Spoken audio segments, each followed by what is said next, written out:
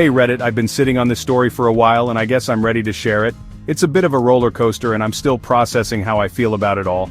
I don't know if I'm looking for advice, validation, or just to vent, but here's what happened. This is part 1. How I went from a regular marketing grunt to accidentally stealing the spotlight at my company. Buckle up, it's a long one. So, a few years back, 2019 to be exact, I was working in the marketing department of a mid-sized tech company.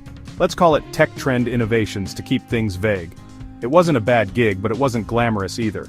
We were a B2B outfit selling software solutions to other businesses. Think boring stuff like cloud storage or CRM tools. The kind of thing nobody outside the industry cares about.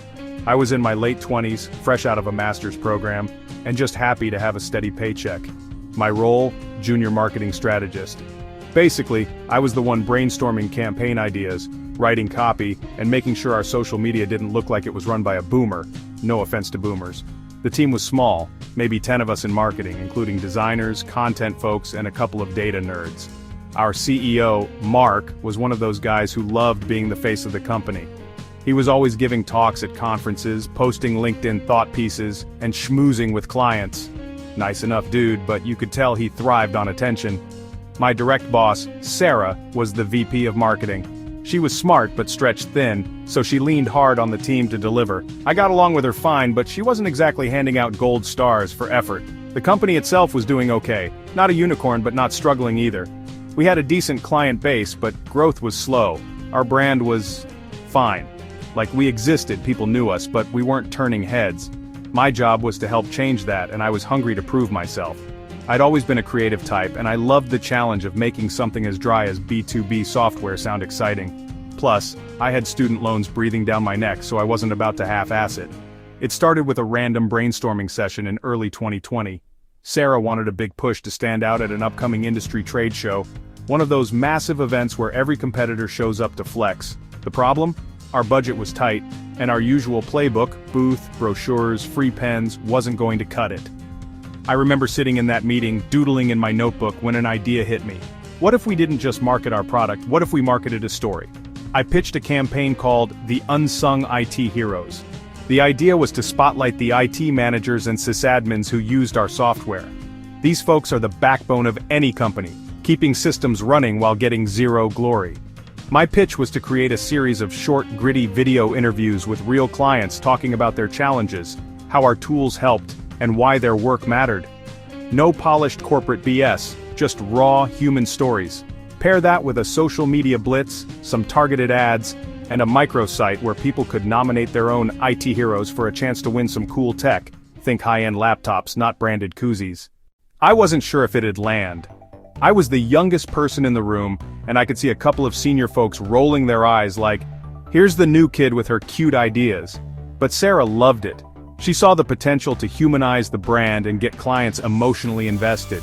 Mark, the CEO, wasn't there, but Sarah got his sign-off, and suddenly I was leading the charge.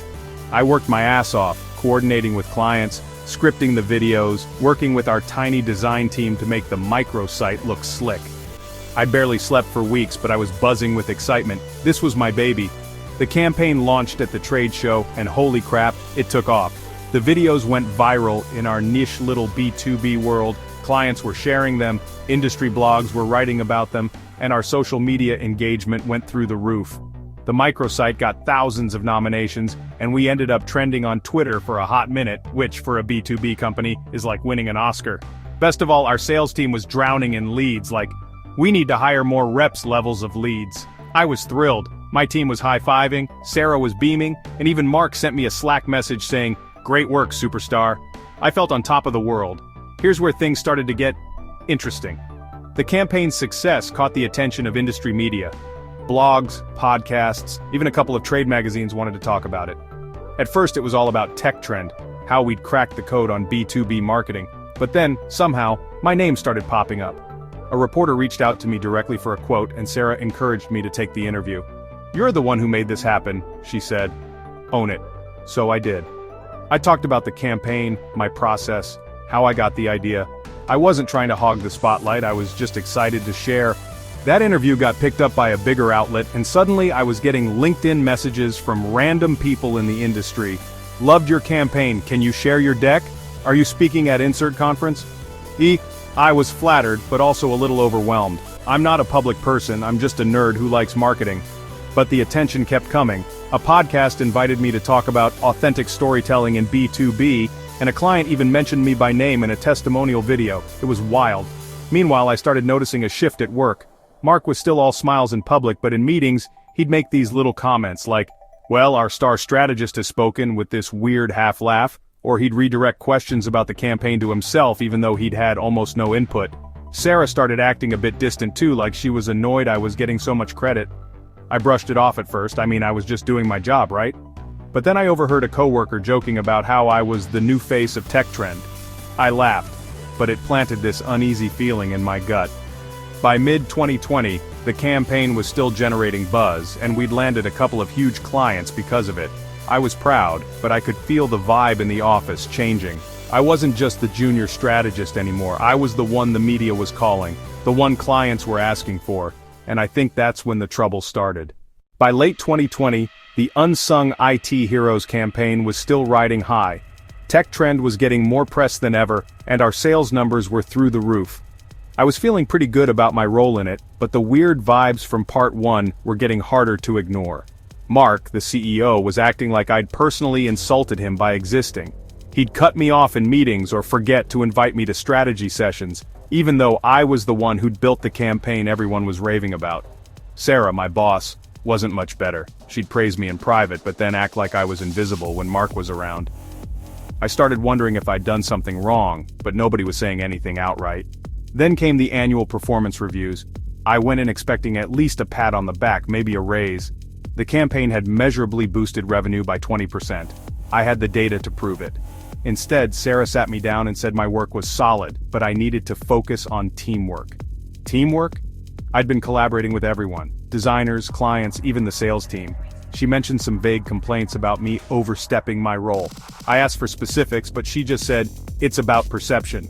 I left that meeting confused and a little pissed. I'd poured my heart into this company, and now I was being told I wasn't a team player. Things got weirder when Mark started taking credit for the campaign in public. He'd give interviews saying he came up with the idea to humanize the brand. I'd read these articles and feel my stomach churn. I didn't want to be that person who demands credit, but it stung to see my work erased. I tried talking to Sarah about it and she just said, "That's how it goes in this industry. The CEO gets the glory." I started keeping my head down, focusing on my next project, hoping the tension would blow over. In early 2021, I got called into a meeting with HR and Mark. No Sarah, which was weird since she was my direct supervisor. They sat me down and said they were restructuring the marketing team. My position was being eliminated due to budget constraints. I was floored. Budget constraints? We just had our best quarter ever, largely because of my campaign. I asked why my role specifically, and Mark mumbled something about strategic alignment. HR handed me a severance package, 2 months' pay, and a "thank you for your service" letter. I was out the door by the end of the week. I'll never forget walking out of that office. My coworkers avoided eye contact like I had the plague. One of the designers whispered, "This is bullshit," but nobody else said a word. I later heard through the grapevine that Mark had been paranoid about me stealing his thunder. Apparently, he'd been ranting to the board about how I was hogging the spotlight and making the company look like a one-woman show. Sarah didn't defend me, she was too busy protecting her own job. I felt like I'd been punched in the gut. I'd given everything to that company and they'd toss me out like garbage. The months after getting fired were rough, like really rough. I'd been living paycheck to paycheck in a pricey city, and that severance dried up fast. I couldn't afford my apartment anymore, so I moved into a cheaper, sketchy place with a roommate who blasted music at 3 a.m. Job hunting was a nightmare. The industry was small, and I worried Mark had badmouthed me. I applied to dozens of jobs, got a few interviews, but nothing panned out. My savings were gone, and I started racking up credit card debt just to eat. The worst part wasn't even the money, it was the depression. I'd always been a confident person, but getting fired crushed me. I kept replaying everything in my head. Was I too cocky? Did I talk too much in those interviews? Should I have let Mark take the credit? I felt betrayed, not just by Mark and Sarah, but by the whole idea that hard work pays off. I stopped talking to friends because I was embarrassed about being unemployed. I'd scroll LinkedIn and see Tech Trend posting about their continued success, and it was like a knife in my chest. I'd lie in bed for hours, wondering if I'd ever crawl out of this hole.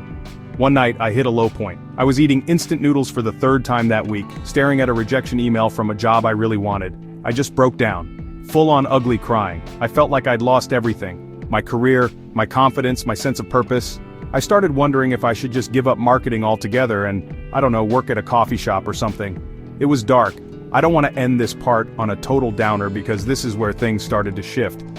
About 6 months after getting fired, I got a random LinkedIn message from a guy named David. He said he was an investor who'd followed the Unsung IT Heroes campaign and loved my work.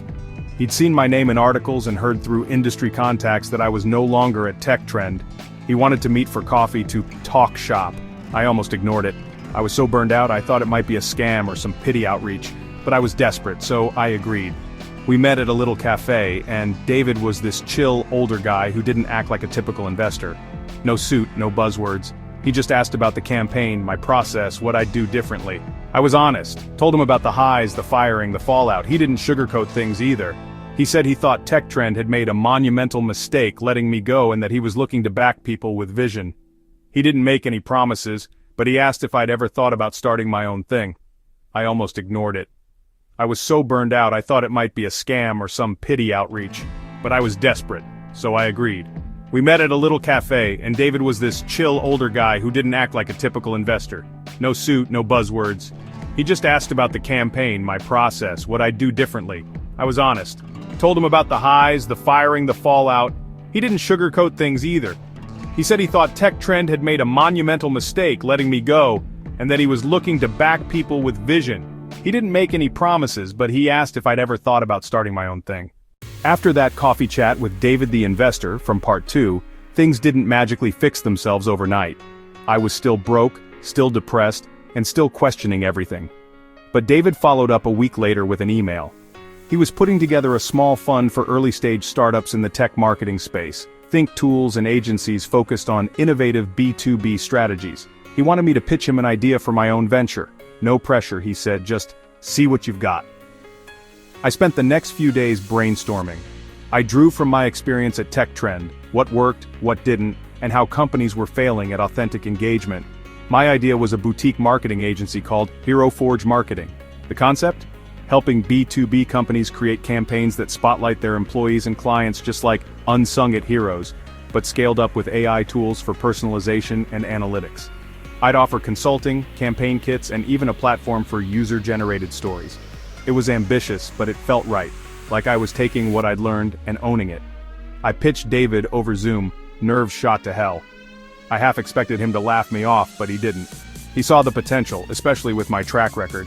He offered seed funding, enough to get started, cover basics like a website, some software, and a tiny office space. Okay, it was my living room at first. No massive check, but it was a lifeline. He became my mentor too, introducing me to his network. I quit the job hunt and dove in head first. The first few months were a grind. I was a one-person show, designing the site, cold calling potential clients, building the platform with freelance devs. I worked 12-hour days, fueled by cheap coffee and sheer stubbornness. There were setbacks, like a client who ghosted after a free consult, or tech glitches that ate my weekends. But slowly, it started clicking. My first client was a small SaaS company that loved the Unsung Heroes vibe. Their campaign got them featured in a niche mag, and word spread. By the end of 2021, Hero Forge was gaining traction. I hired my first employee, a designer I'd worked with at TechTrend who'd quit in solidarity. Small world. We landed bigger clients, ones that TechTrend could only dream of. I focused on what I did best, creative, human-centered marketing that drove real results. No corporate BS, just strategies that worked. David's network was gold. He connected me with VCs, and by 2022, we raised a proper round. Hero Forge grew to a team of 15, with offices in 2 cities. Our platform became a hit. Companies used it to crowdsource stories from their teams, turning employees into brand ambassadors. Revenue climbed, and we started getting press. Ironically, some articles compared us to TechTrend's old campaign, saying we'd evolved the idea. I'd read those and smiled to myself. Meanwhile, I kept tabs on TechTrend. Not obsessively, but you know how LinkedIn works. They tried to replicate the Heroes campaign, but without the heart, it flopped. Sales dipped, and I heard rumors of layoffs. Mark was still posting his thought pieces, but they felt desperate. Sarah left for another job. The company wasn't tanking, but they were stagnant while Hero Forge soared. Fast forward to now, Hero Forge is thriving, we're profitable, expanding internationally, and I'm speaking at conferences, the same ones Mark used to hog. Last year we hit 8 figures in revenue, way more than Tech Trend ever did in their peak. I've got financial security, a great team, and work that lights me up. The depression, it's there in the rear view, but I've got therapy and a support system now. I even bought a house, nothing fancy, but it's mine. Do I feel smug? A little, yeah. There's a quiet satisfaction in knowing I didn't just survive, I thrived. When I see Tech Trends updates, I don't gloat. I just think, that's what happens when you undervalue talent. It's not revenge. It's proof that betting on yourself pays off. If Mark or Sarah reached out, I'd be civil, but I wouldn't look back. Reddit, thanks for reading my saga. It's been cathartic to share. If you're in a similar spot, fired, doubting yourself, hang in there. Your breakthrough might be just one coffee chat away. Ida, for feeling this quiet win? Or is it just human? Let's summarize. Got fired from a jealous boss, hit rock bottom, started my own agency with investor help, now more successful than them. Sweet, subtle justice. Let's summarize. Got fired from a jealous boss, hit rock bottom, started my own agency with investor help, now more successful than them. Sweet, subtle justice.